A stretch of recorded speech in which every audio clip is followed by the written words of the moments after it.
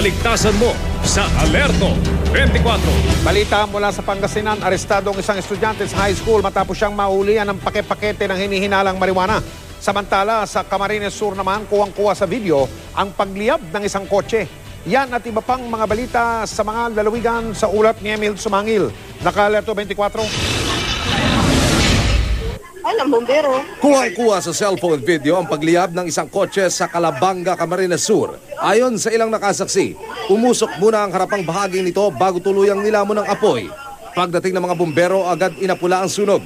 Ligtas naman ang driver at kanyang anak na agad nakalabas mula sa kotse. Ayon sa Bureau of Fire Protection, problema sa lumang electrical wiring ng kotse ang posibleng sanhi ng sunog. Sa Mangaldan, Pangasinan, isang estudyante na nahulihan ng 13 pakete ng hihinalang marijuana. Naka-uniforme pa raw 19 na taong gulang na si Jason Abrigo nang mahuli ng mga otoridad sa mismong eskwelahan niya. Ayon sa mga pulis, hindi lang user kundi posibleng nagbebenta rin umano ng iligal na droga ang estudyante. Nasamsam kasi sa kanyang mahigit 200 pisong pera na pinaniniwala ang bayad sa kanya sa pagbenta ng droga. Bagay na inamin ng estudyante dahil sa insidente. Nagigpit na sa pagpasok ang eskwelahang pinapasukan ni Abrigo. Isang pawn shop ang ninakawan sa Cotabato City. Kwento ng nasa loob ng pawn shop, bigla na lang daw nanutok ng baril ang mga suspect at nilima sa mga alahas. Agad naman daw nakaresponde ang mga gwardya at may-ari ng pawn shop na nauwi sa barilan.